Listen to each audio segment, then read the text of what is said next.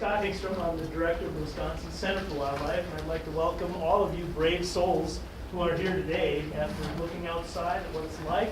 I'm not sure how it's going to be getting back home, but we'll give it a best shot that we can. I'm introducing the first of our seminars in the College of Natural Resources Spring Colloquium seminar series that we have.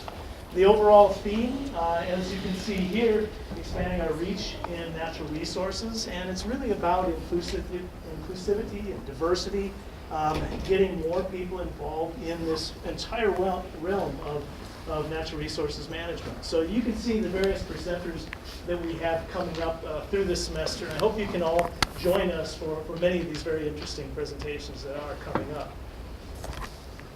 The presenter that we have today, it's my pleasure to be able to introduce Dana Sanchez. Dr. Dana Sanchez is an associate professor and extension wildlife specialist at Oregon State University. I've known Dana a long time, actually. We're both extension wildlife specialists, and I think we met on a bus ride in Mississippi. And there was an open seat and a young woman that was there who I didn't know who it was, and I just sat down right next to her and said, "Hey, I'm Scott." And like that, we hit it off, and that was probably, I don't know, 20 years ago maybe, 15? I always add 5 years to my count because I'm Thanks, Scott. Thank you. But at any rate, we've been able to kind of stay in contact with each other through the Wildlife Society for various activities. Dana's been very active and involved in the whole area of diversity and inclusivity at Oregon State University within the Wildlife Society. She started the Ethnic and Gender Diversity Working Group within the Wildlife Society, as well as professionally widely. And I felt that she would be very, very good to bring here to help kick off our program on inclusivity and diversity. Dana, as I mentioned, is currently working at the Oregon State University. She has an undergraduate degree at Montana University, a graduate degree at Arizona University, a doctoral degree at Idaho University, all associated with wildlife-related issues. This was sort of the kind of the start of her wildlife wandering. She's worked in Indiana and worked in Minnesota as well, and now she's coming to us from Oregon State. With that, I don't want to hold up things, but Dana, well, thank you. Perhaps we could all help. So I would like to acknowledge supporters for the colloquium in general. We have the Wisconsin Center for Wildlife and Jennifer Summers, who's right over here, who's helped facilitate a lot of the work, a lot of the colloquium. Haley Frater has helped a lot with the promotion of the workshop, the seminar series. As far as financial support, College of Natural Resources through Dr. Thomas, Christine Thomas, our dean, our REA through our associate dean, Brian Sloss, Wisconsin Center for Wildlife, the Kennedy Groney endowment that is for our waterfowl specialists, and then the Stevens Fellowship that is for our upland specialists. So these are the funds that have come together to help bring people from Oregon and Boston and a wide range of places in to help us with the colloquium. All right. Thank you. Absolutely. Thank you. Thank you for having me. It's a real pleasure to be here. We in Oregon are having a bit of an abbreviated muted winter, so it's actually kind of fun to see snow and know that y'all are going to have a great snowpack and water year. So I chose my title a little bit with a little irony in that our disciplines have really moved in the past decades to embracing biodiversity, looking at bigger pictures, and thinking about how interactions happen and how important those relationships are. And yet, in our fields, what we've seen is that our workforce diversity has been lagging. And there's some really good reasons for that. First of all, founder effects is when we think of as ologists, it's like, okay, well, where did we start? What's the population we started with? Those were white Euro-American males who had access to higher education, had access to hunting and fishing and leisure time and things like that. And okay, so there's been some legacy of the foundation of our fields. But it's been quite a while, And there have been, as Scott and I have both been involved in, decades of discussion about how can we get greater biologist diversity in all of our natural resource fields. And lots of discussion, publications about, quote, the diversity problem. In fact, I've got a current graduate student who is compiling a very broad literature review looking at doing some thematic analysis of all the publications, peer-reviewed as well as reports. She's up over 250 resources that she's been able to find so far, publications, discussions across fields of this issue. The current demographics in our discipline and our institutional bodies, so our management agencies, our universities, our units, et cetera, you know, there's variation among those, and there are places where we see really good representation of the people, the users being served, the people who are striving for that knowledge, and then in other places we don't see as great representation. And so we've got these continued concerns about this issue, and not just the discussions about the persistence of the problem, but also the persistence of the folks that we do get into entering and being colleagues with us. So this is a lot of words on the slide. And I know we always tell you, don't put this many words on a slide.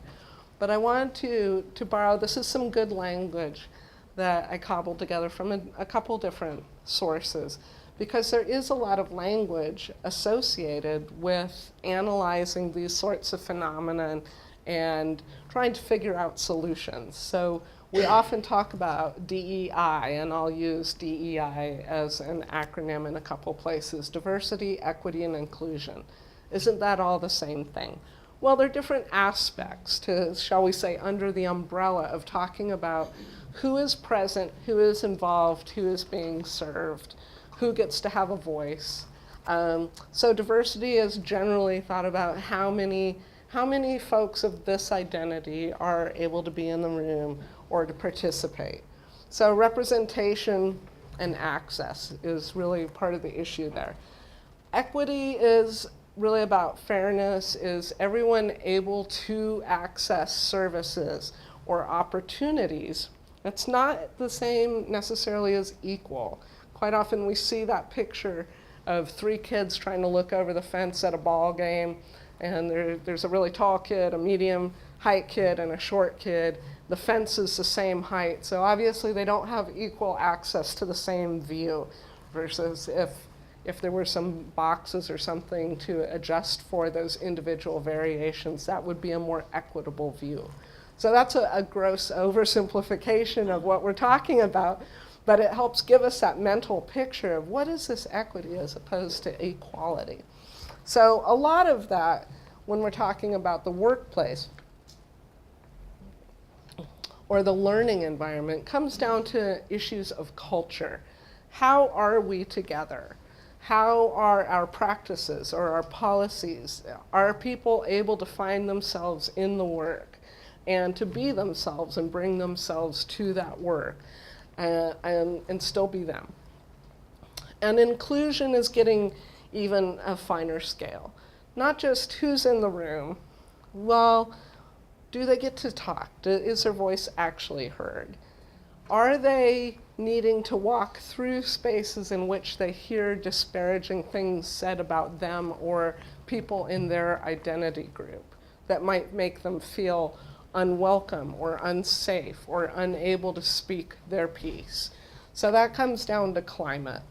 So these are terms that I'm going to be referencing a couple times, and that it's really common if you look into the literature of these issues that you'll be seeing. So there's ample evidence that who is around, who is present to do the work, can have a very powerful effect on how we do the work, where we do the work, what questions we ask, how we approach those research problems, how we approach any problem, of taking those multiple perspectives into account. A really good example ripped from the headlines, shall they say, of how important being more inclusive and representative can be, is we're seeing more and more studies come out saying that, oh my gosh, a lot of these studies on dosages of X medication were all done on people from the exact same identity groups. And it doesn't work quite so well for people whose bodies are different. That might be women versus men, different cultural groups, things like that. That, oh, we do actually need to have not just sample size, but some diversity included in our samples. So how some of the work is done really is influenced by who is present and able to contribute ideas of like, we really ought to consider that before we do this. And tying it directly back into our work in natural resources is, for me, it makes me think back to the public trust doctrine. If you think about equal access and opportunity for all, the promise of the public trust that we are managing, educating about, researching, exploring, managing for future generations. Are we fully coming to that mission if we aren't being inclusive and broad in our workforce? And that's where I continue coming back to the work, is this is part of our mission. Yes, I'm trained as a mammologist. Yes, I'm trained as a scientist, but this is also part of my work and my contribution, and actually an obligation for me to be thinking of these things, because we all do have an impact, not just now, but into the future.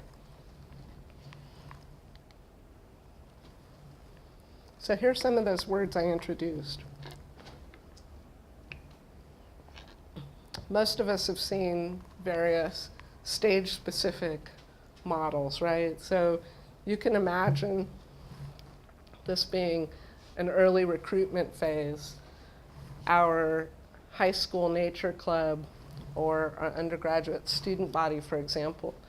We're going to recruit folks in. They're going to be hooked by their own interest, their own life experience, their excitement about nature, for example, that special teacher who sparked their interest.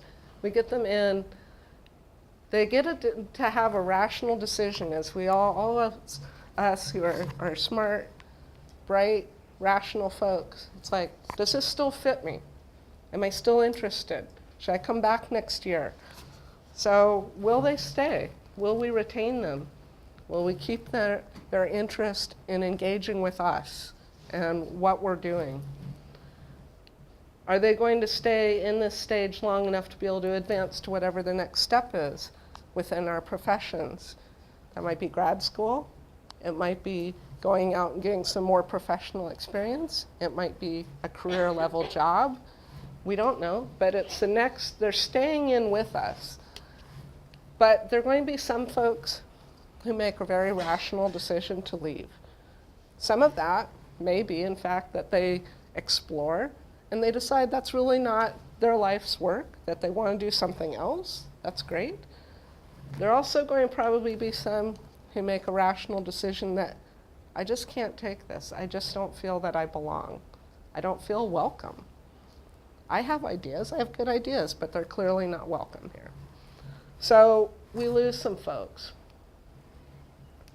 And this can occur at every stage. So our interest in organizational culture, that sounds pretty dry. It sounds like management 340 or something like that. I hope that's not really somebody's class. But you get my point. We probably need to take some organizational psychology and management classes as part of our skill building as ologists and future natural resource professionals. And we might need to take something called organizational culture. And that doesn't sound like something we really do as ologists. But it has every bit of an important implication for this potential phenomenon. Is our daily practice, are our expectations are our daily interactions with each other?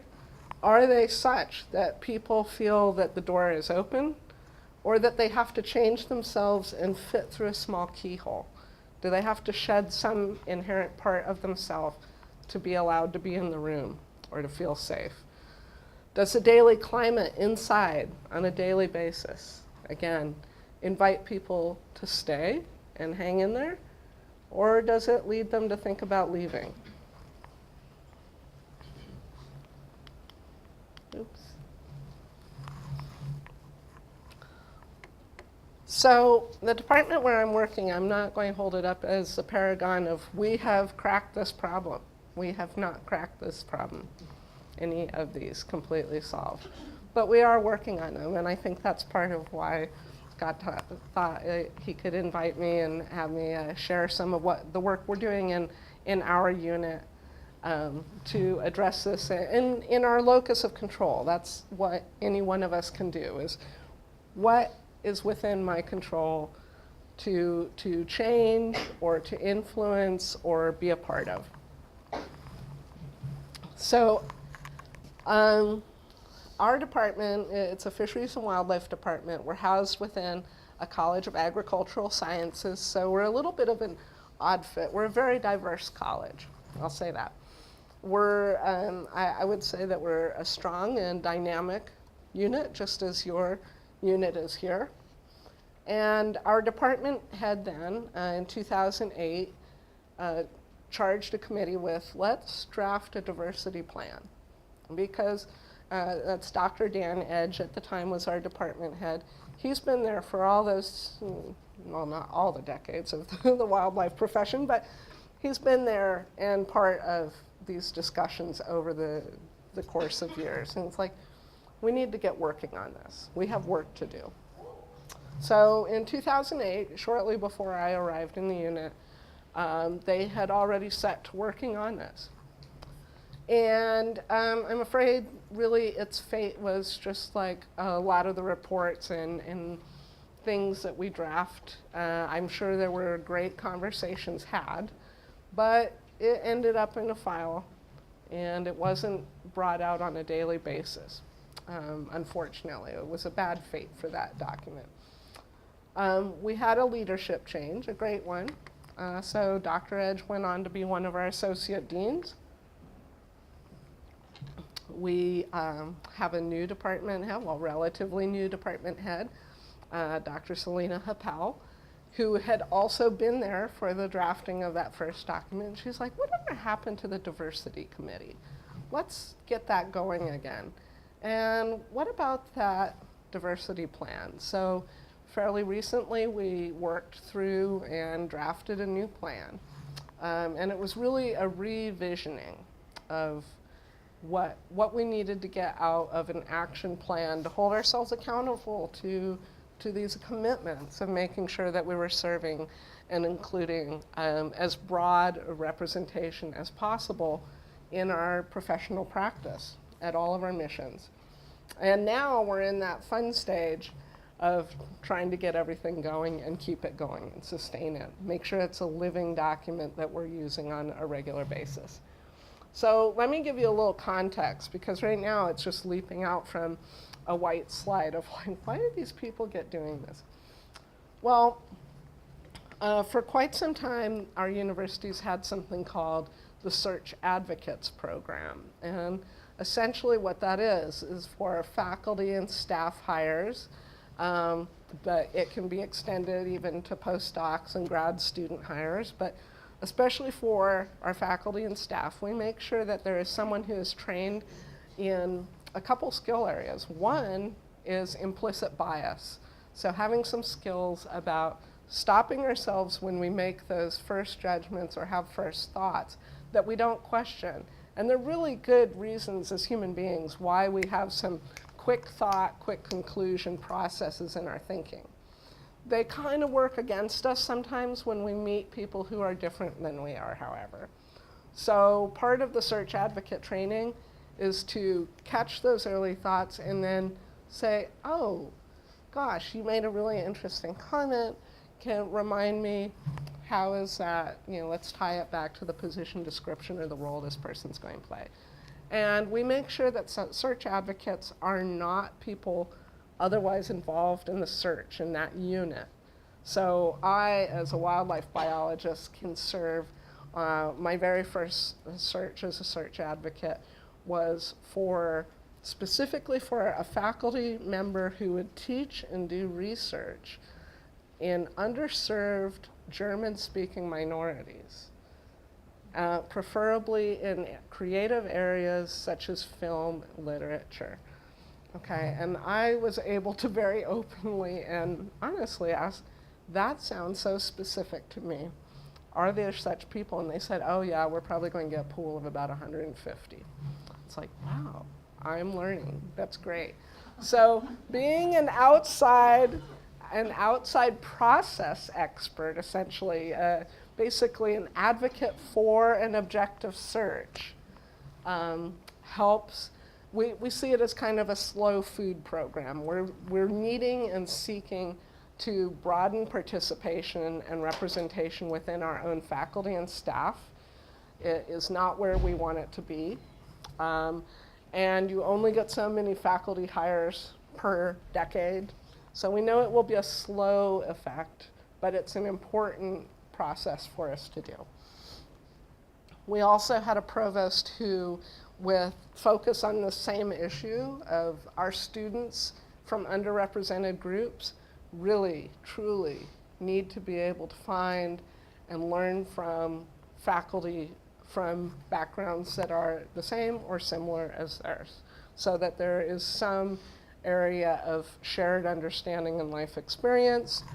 So he designated 3 sets, so a big cohort, about 36 faculty lines that units had to compete for, and the focus was going to be their area of technical expertise is the number 1 criteria in the position description, and the second was a commitment and demonstration to having done outreach and student support specifically towards groups who were underrepresented within that area of technical expertise.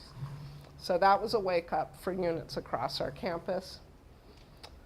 In the college, Dean Edge, now in that Dean role, drafted a college-wide commitment that unit heads were apprised of and engaged in saying, this is part of our mission. We have a commitment to these values and to these efforts. And we were also designated everybody in the faculty, staff, and who's employed by the university puts these demonstrations and commitments to continued learning and efforts in their position descriptions. So that means that you get asked about it on your annual review. Great. So you committed last year to doing some personal learning around this area. How did that go? What's next for you? And also in 2016, the diversity committee, as it was comprised that year, made and delivered or put out our first climate survey, which essentially is going into the community and asking individuals confidentially, how does it feel to be here? With some detail. Have you, for example, some of the more negative questions, shall we say, are like, have you experienced incidents of being feeling dehumanized or undervalued, and if so, at what level? And it gives you out in the community, broadly in the university, all the way down to my lab group potentially. So we conducted that, and we have committed to repeating it, although we also are talking about the need to have an outside person compile those results so that we don't end up having individually identifiable answers, because we do have some severely underrepresented segments of our population. So we do want to make sure that people feel safe in responding to that. But what it did for us is it was really eye-opening for a lot of folks to really understand that not everybody feels great about coming to work here or coming to learn here, and we need to address that. So when we drafted this newly re-envisioned diversity plan, we anchored it in the Wildlife Society standing statement or position statement on workforce diversity. And you can see some of the opening language here. We recognize the value of including the richness of human diversity in our efforts, involving the public, and ultimately the resource benefits when we get the broadest representation and inclusion of voices in learning about, discovering about, and managing our shared heritage. I acknowledge here two of the co-authors with me on the diversity plan, Drs. Bruce Duggar and Lisa Ellsworth. We put in some real time with the full committee, and then it came down to finishing it. And it was like, okay, this is where we commit to locking ourselves in a room and finishing this so that we can actually get to work. So this is a typical diversity wheel, and I just mostly put in there to remind myself of all the different dimensions of our identities. We often, if I ask you, who are you, how do you identify, you'll probably talk about race or ethnicity or culture, or where your people come from, where your people are. This is where my family's been, or we're from wherever. Things like your physical abilities, your sex, your gendering, your age class, things like that. Things that really affect how we experience the world. Those are kind of the core. And then if we really thought about it more deeply, we would think about, are you a parent? Are you married? I mean, there's a good bit that as we go through life, we start accumulating more and more complexity to our identity, how we see ourselves in relation to the world and to other people. And then within our institutions, are you in management? Are you on faculty? Are you a student? Where are you in that tree of organization? Are you senior or junior? And all these things, again, contribute to how people get to experience their daily environment, work, learning environment, etc. Sorry. Let me see if I can reduce some of that. I think we've had microphone shift here. Sorry. We'll see. Okay. So we had to reach some decisions, because one look at that diversity wheel and we think about, oh my gosh, and there's so much to do. There's so many issues. There's so many needs and experiences we need to really make sure we meet the needs for. And it can be a bit paralyzing to be like, where do we begin? It's like, oh my gosh, we can never do it. So we decided, okay, cut it down and focus. 5-year plan, we know how to do that. We'll have year-by-year annual targets that we'll come back. We're going to keep this document alive.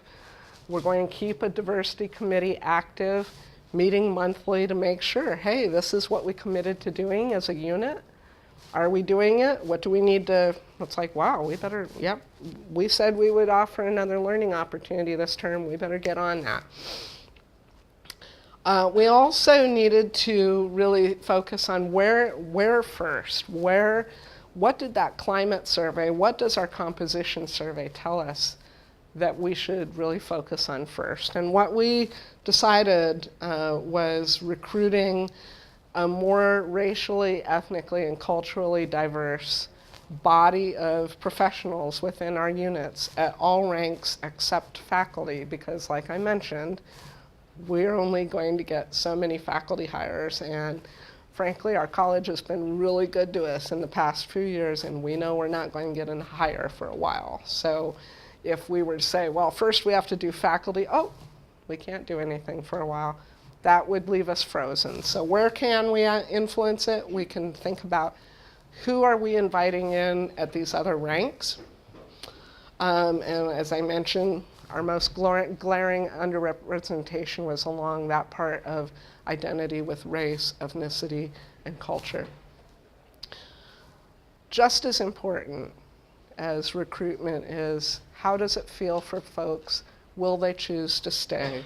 Retention, and that is just as important for the students who choose to come find the opportunity we offer in our unit, in our department, in our college, in our university, as it is for our staff members, all of whom also deserve a workplace free of bias and the freedom to grow and advance.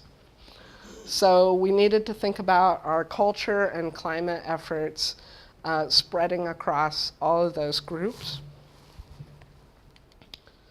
And we have a number of challenges. One is that we Americans have some myths, and they're comforting myths. Everyone, this is the world, the land of opportunity. Well, the reality is that the opportunity hasn't been equitably divided. Not everybody in this room can say that their family had the same chances, the same generational accumulation or ability to accumulate wealth. Therefore, opportunities for higher education differ, things like that. So we hold very tightly as Americans to these ideals.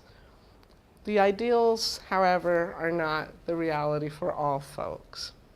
The melting pot kind of denotes it's a great idea that we all become Americans. Well, for some folks, the melting kind of meant being pushed to burn away or remove some part of their heritage or something that was really, really core to their identity and their health. And then the mythical norm. Students only want this or something. And I think a lot of our mythical norms around undergraduates have been helped at being broken down by better understanding of how short our generations are becoming in terms of things are changing technologically and socially and culturally so quickly. We really, each of us, people my age, need to remember that it is different for each new cohort of students that we welcome into our classrooms. They've experienced, a teenagehood that was significantly different in ways from the one that I'm sitting there making my frame out of. Another challenge more broadly in the natural resource sciences is we hold that it's like we're scientists, we're objective, we get objective, we do data, we do science, we get it. And a lot of the things that we're struggling against when we're catching our implicit bias and things like that is a result of very passive socialization. You hear things, you see things, you take it in without questioning because it's background noise, and those things can implicitly affect how we do decision making. So even as scientists, we're smart, we are objective, we're very, very focused when we're doing our science, but we're still human beings. And so we need to be aware that we might be subject to some of those issues. Now, let me talk about the context at my institution. The Pacific Northwest has some really interesting things, and I'm sure that you all could tell me about region-specific, state-specific, or area-specific factors that you would want to think about if you were doing the same sort of planning of like, well, you got to remember that this is happening. So the Pacific Northwest prides itself on niceness. So I just have it as PNW nice here. And it's not bad to be nice. It's just that it can become a barrier when you go to have that conversation. So these conversations are uncomfortable. Say, we need to talk about, some folks in our unit don't feel comfortable here. And it's not at all unusual, to the point that I have to stifle a little giggle. Be like, oh, well, my policy is just to be nice to everyone equally. It's like, that is great. That is great. I'm not going to tell you not to be nice to people, but we need to talk about some really subtle stuff that makes folks feel unwelcome. Things that we don't even think about what we're doing. The particular part of Oregon in which Oregon State sits is the western, not even a third, so from the Cascade Mountains out to the coast. This area is the most populated part of the state. We have a large, ecologically very diverse state. If you haven't come out, you should come see it. So we have more than 8 ecoregions going from our near shore all the way up to our high desert. But politically and socially, and also income-wise, you see a big block of higher incomes, higher educated, more higher house values, and liberal. People will call themselves liberal if you ask them where they sit socially, in one big block. And so folks like to think of themselves as being very nice, very well educated, fortunate in life, and open to ideas. It's like, oh yeah, I'm very objective. I like people of all kinds. So it can be challenging to ask folks like, so given all of that, how is it and why is it that members of underrepresented racial groups feel so marginalized here? How, if it's so nice, can that be happening? So it can be a little bit of a conversational thing we have to get through. And then I have Oregon, oh my goodness.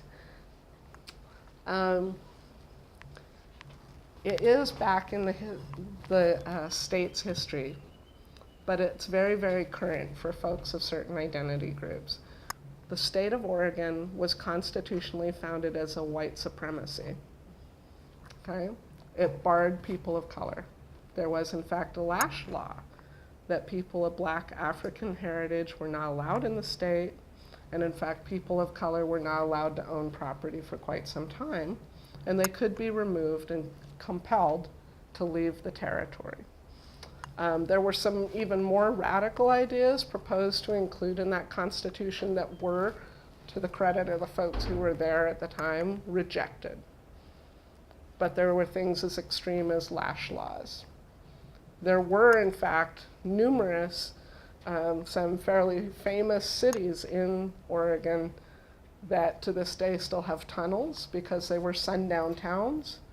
And if you happen to be a person who was there from which the community was benefiting from your labor, and you did not fit the legal whiteness, then you were not to be seen above ground after sundown, or you were essentially outside of the law. You were not protected by the law. Okay, so that is some kind of heavy stuff. That immediately chills the room, right? As a person who is very actively seeking to work on broadening participation within my discipline, that's a big challenge when I'm trying to get students and professionals from underrepresented communities and races to come visit us, because they're warned. It was a long time ago, but still a reality as a concern. Did I mention scientists were so objective? Yes. So, and then the last challenge really is we are challenged in the racial and ethnic diversity within our current faculty and staff. So that can be an issue. People, including students, say, I don't see people who look like me. I really don't see anyone who might possibly share my understanding as a first-generation mixed Latina, to come and be a mentor whom I could trust. So that is, there's a threat there of folks losing their energy for this work in a chicken and egg thing. We don't have representation, so we can't recruit representation, so we can't have representation. And it's like, we just want to cut that off. It's like, we can work on this.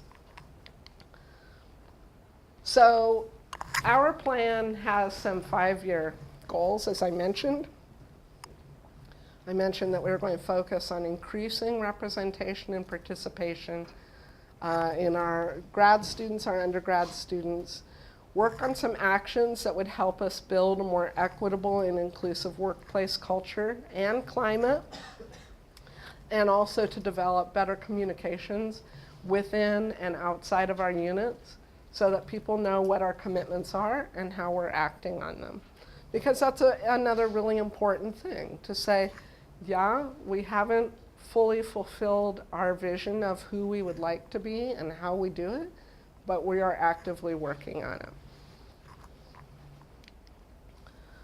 So I know we're running a little short on time. Let me talk about a couple of the programs that we're undertaking. Specifically with regards to how we recruit our graduate students.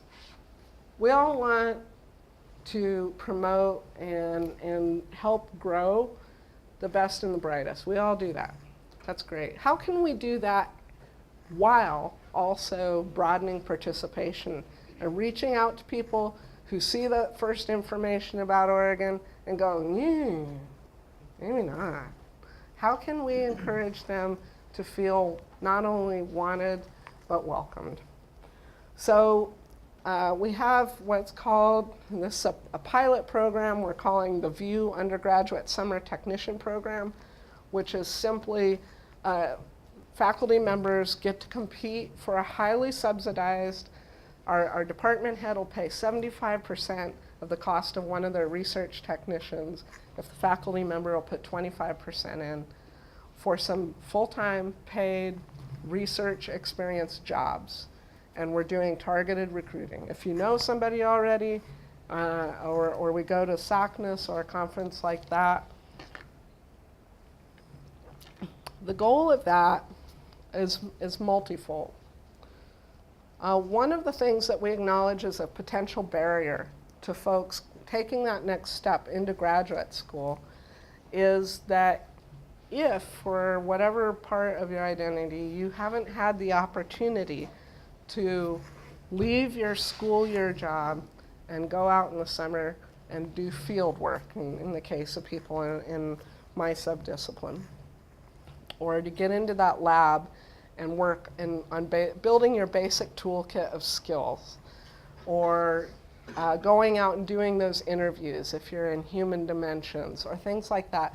Having a full-time paid job in which you're actually getting the work experience that will allow you to get the next job is a big deal. I was one of those kids.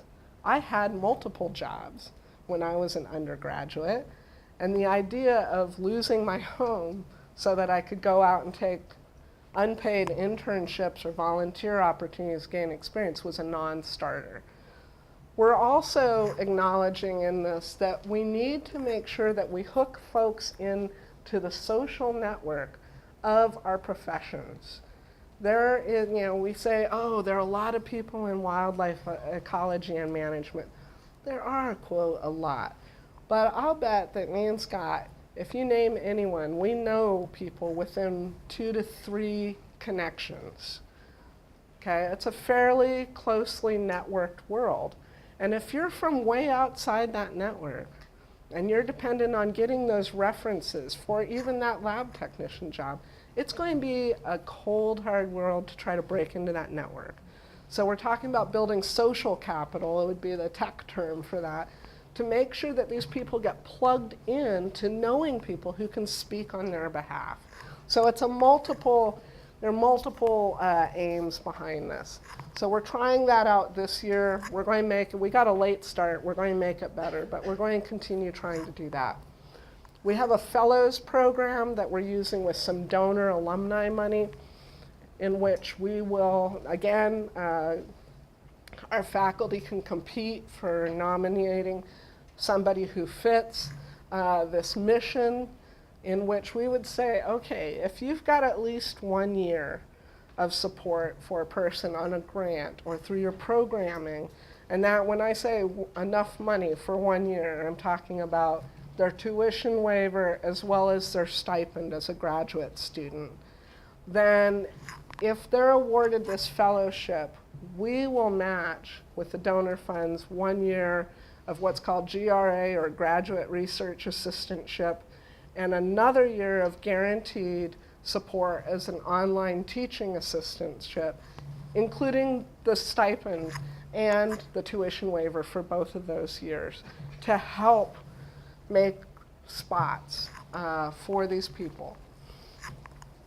And the nice thing about it being 1 year of graduate research assistantship and 1 year of graduate teaching assistantship is we can have 2 fellows working within our department at one time. So they'll be trading off. We're transitioning what was known as our professional science masters, which is a non-thesis master's for folks who are mid-career. That was not being highly utilized by our state agency, so we are going to turn it into a more inclusive non-thesis master's. There are an awful lot of people clamoring for the opportunity to do that by distance ed or on campus, and there's clearly an audience that we're not allowing an opportunity by restricting it to mid-career only. We do a lot of recruiting and visibility at what's called SACNAS, as the Society for Advancement of Chicanos and Native Americans in Science. It's a very broad professional association that meets yearly.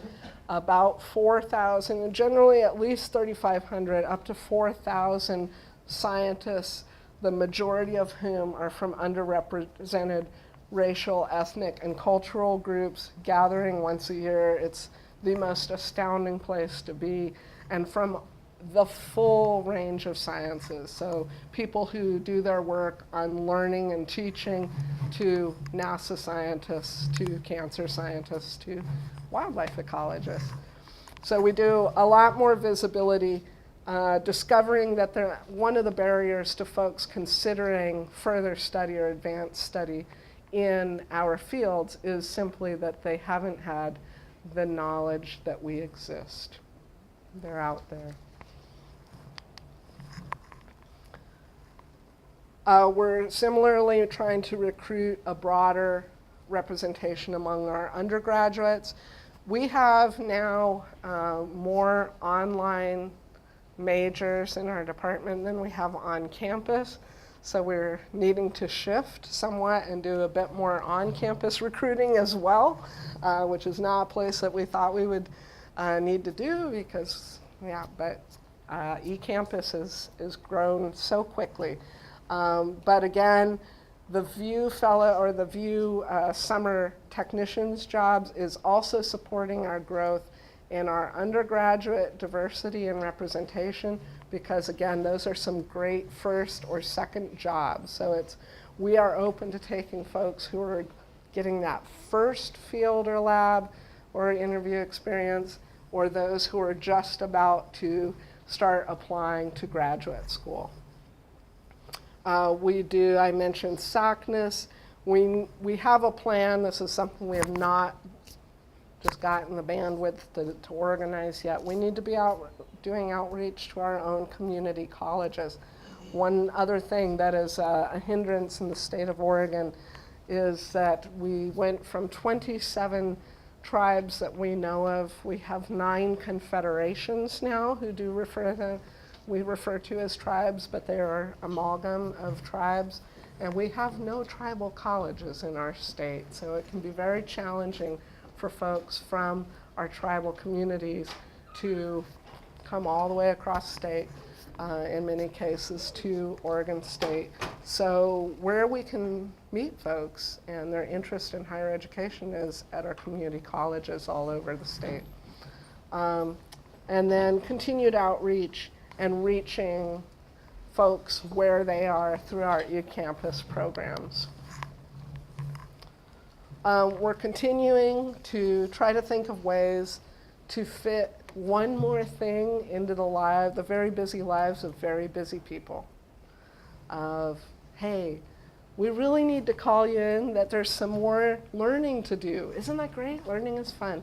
Okay, some of this learning might make you a little uncomfortable, but we're going to do this learning, so we have made some efforts at doing a shared read or a big read We decided that book length reading's not so great, although we'd still like to do it. Just getting the participation of faculty is really, really tough. It's like, you want me to read a book? It's like, yeah, don't you love reading? I do. We have hosted several very successful guest speaker workshop type events over lunch and learns. And just as you folks have here, we have such a busy teaching and advising schedule that it's really challenging to find that magic time where folks can afford to stop what else they're doing and come and participate. So that's just an ongoing challenge. We're going to keep trying though. We do in our department head and our evaluation annually does give folks credit for doing things like that, and also for things like being the search advocate, serving the community in that way as we slowly but surely work on making sure that we're more objective and inclusive in our faculty hires. And then we also, as a department community, have committed multiple fall or late summer retreat sessions, mini sessions, and pre-sessions to more learning opportunities. Again, giving folks the opportunity to come and learn something and ask questions and fit it into some place and something that they're already going to need to do, like faculty retreat. We are going, as I mentioned already, going to repeat our climate survey. Again, one of the things that we are bumping up against is just capacity of who can we call in to do this. There is some nervousness as like, oh, we don't want anyone to see this data about us. It's like, it's learning. We want to know what those comments are. What is it that makes particular people feel when they check that box that says, I'm seriously considering leaving this unit because of the behaviors or treatment I receive. We really do need to learn about that without being the Mounties and charging in on our horses and we don't want to be in enforcement mode. We want to be in, let us learn about this so that we can go help folks adjust what they're doing. Okay, let's keep everybody whole. And then finally, I think the thing that we ironically have not made as much progress about is telling folks what we're up to. So it came up fairly recently that our graduate students, or at least some of them, do not know about our efforts that we've been undertaking the last few years. We have clearly failed at letting the whole group know what we're up to and why we're doing it, the importance of it. Fortunately, however, we do now have the coolest in-house social media communications and specifically science communications expert, and she's going to, I think, really help us jumpstart this because she will help hold us accountable. She'll be like, you guys said you were going to talk about this more. What are you doing? And then finally, we do want to convene student focus groups in all of our learning areas, our undergraduates, our professionals, and our graduates, to find out what their perceptions are and to get them engaged as well. It'll help us, we faculty, hold ourselves accountable once everybody knows so they can come and ask us what we're doing. Okay, with that, I've run us almost out of time, but I hope that we can have a little question or one or two. I know there's another group coming in right after us, right? Yeah, so thank you. Time for just a few questions, and then we can continue out in the hallway. We have a reception set up. Haley has it ready to go, so maybe a few questions. Yeah. Yeah. Is there like any, sorry, I was just thinking about it during the lecture of just quantifying the feeling of welcomeness, because there's like that baseline level of like, okay, we're making these efforts, but how are you quantifying like the end result? Trying to quantify our effect. Yeah. I'm glad you asked. So one of the things that we decided that we tried to build specifics into this so that we could hold ourselves accountable to those sorts of things. Have we made a difference? One of those is that we have set, for example, a very high mark, and even I was a little like, I don't know, but our associate department head was like, set that high, we want that high. We said that we're going to have over 85% of our faculty showing engagement in at least one educational, grow my understanding event by the end of this year's, we're doing right now annual reviews for the past year. So we'll see how that goes. That's one. Are people actually coming into their annual reviews and saying, I know I said last year and I did this at a really high rate. Another is that climate survey. And in that case, do we get numbers? Yes. I would say that part of what we really got the most out of was just kind of that feeling of there are people in our unit who really, they want to leave us. Because it's a pre-collegial group, it looks like everyone's happy. It's like, there's some people that dread coming to work here or coming to learn here. And if the number is 1, that's a problem. So we are working to quantify it. The tricky part about those, even where the numbers of concern are very low, is that we've given people the opportunity to exposit on what is it that's going on. We want to make sure that it's safe for people to tell us that. So we don't want to be like, so-and-so said that you said there's a problem with this, and then make the target the problem. We don't want to do that. So that's where we're working on that. And then at the broadest level, the diversity, the big D, is, well, we know what our enrollment look like. We know who's on our staff. We know how they're identifying themselves as far as race or ethnicity or any of these different dimensions of identity. How are we doing? So, good question. Yeah. One more. Okay. I'm just curious, so you started with racial, ethnic, and cultural diversity.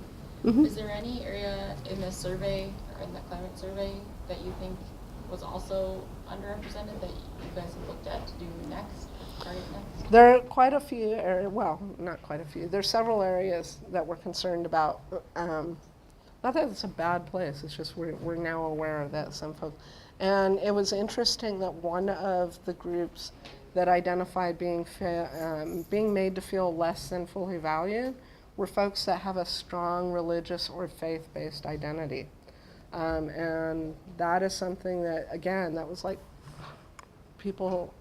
this is telling us that people feel they can't bring that part of themselves to work. And we don't have flat people or square people. We want people to be fully three-dimensional in themselves. So that is an area. University-wide and statewide, we have a lot of first-generation scholars, first in their families, regardless of racial identity. We also have a big issue with food security. We are, unfortunately, you want to talk about a quantifiable that hits you in the gut, is we are the 3rd most food insecure state. So we have students coming to college who are the first to get to experience that, and that tells us also that we have folks that are this is a huge investment in themselves, and we want to make sure that we're not putting them at risk. So at a university level, we have a first-year experience program, and we are becoming much more aware of, do you actually need to have paid textbooks, and expanding the open learning resource. So those are 2 groups that not necessarily my department's doing the lead on, but that the university and the statewide are doing. All right? And conversations Okay. will continue out in the West Lobby here. Appreciate that. Thank you.